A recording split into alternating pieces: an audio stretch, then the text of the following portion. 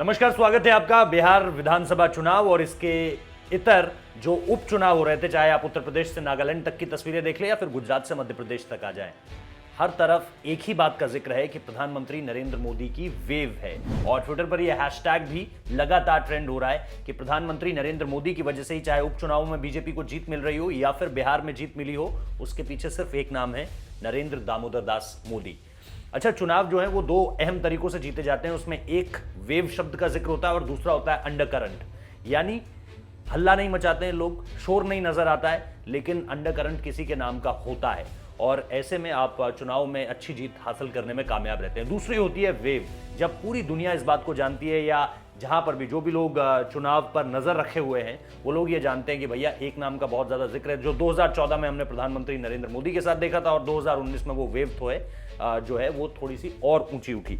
और अब जो है वो फिर ट्विटर पर जो हैशटैग चल रहा है उसका नाम है पीएम मोदी सुपर वेव, यानी हर कोई ये मान रहा है कि अगर बिहार के चुनावी नतीजों पर भी नजर डाली जाए तो प्रधानमंत्री नरेंद्र मोदी, क्योंकि एंटी इनकम्बेंसी का फैक्टर तो था ही, साथ ही साथ लोग नीतीश को लेकर उतने खुश नहीं थे, ये बात अब सार्वजनिक हो चुकी है। हालांकि नीतीश की लोकप्रियता पर यहाँ पर थोड़ा सा जो क्या कहें, थोड़ा सा नुकसान जो उनको पहुंचाया वो चिराग पासवान ने भी पहुंचाया और इसके साथ साथ जो मैं कह ही रहा हूं कि एंटी इनकम्बेंसी एक बड़ा फैक्टर था उनके ज्यादा सीटों की संख्या को ना हासिल कर पाने के पीछे। वोट परसेंटेज भी घटा है और इसके साथ साथ सीट्स की संख्या में तो बड़ा झटका लगा है उन्हें।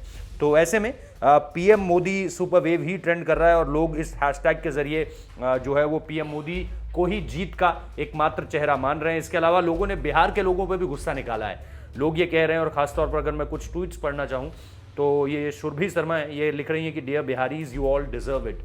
मतलब कि उन्होंने 3 तस्वीरें शेयर की है। ये तस्वीरें उस वक्त की है जब कोविड के दौरान लोग सड़कों पर पैदल चलते हुए, कोई दिल्ली से बिहार पहुंच रहा था, कोई यूपी से बिहार पहुंच रहा था, कोई मध्य प्रदेश, कोई मुंबई, अलग अलग राज्यों से लोग बिहार पैदल पहुंच रहे थे।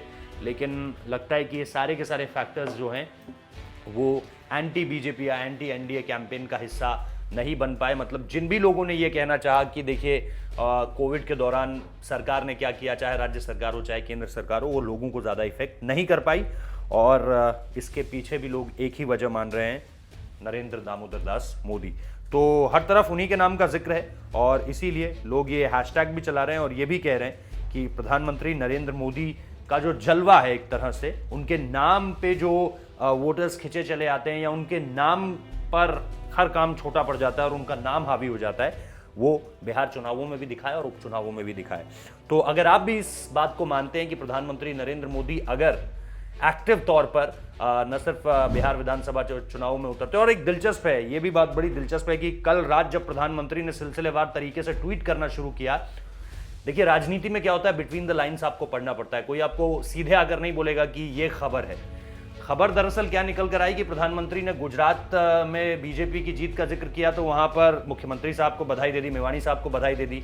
मध्य प्रदेश का जिक्र किया तो वहां पर शिवराज सिंह चौहान को बधाई दे दी। इसके अलावा उत्तर प्रदेश में उपचुनावों की जीत का जिक्र किया तो वहां पर योगी आदित्यनाथ को बधाई दे दी। लेकिन इसके बाद जब प्रधानमंत्री ने बिहार का जिक्र किया तो नीतीश कुमार का नाम कहीं नहीं था और नीतीश कुमार के अलावा उन्होंने सबका जिक्र किया, युवाओं का जिक्र किया, महिलाओं का जिक्र किया, तमाम वोटर्स का जिक्र किया, लेकिन कहीं भी प्रधानमंत्री के ट्वीट में नीतीश कुमार का जिक्र नहीं था।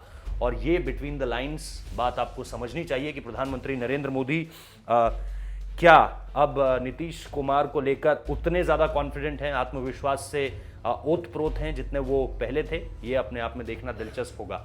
तो बहुत सारी चीजें ऐसी निकलकर सामने आई, लेकिन आप लोग हमें जरूर बताइए कि आप लोग भी मानते हैं कि प्रधानमंत्री नरेंद्र मोदी का चेहरा ही इन चुनावों में सबसे ज्यादा हावी रहा। बहुत बहुत शुक्रिया इस वीडियो को देखने के लिए।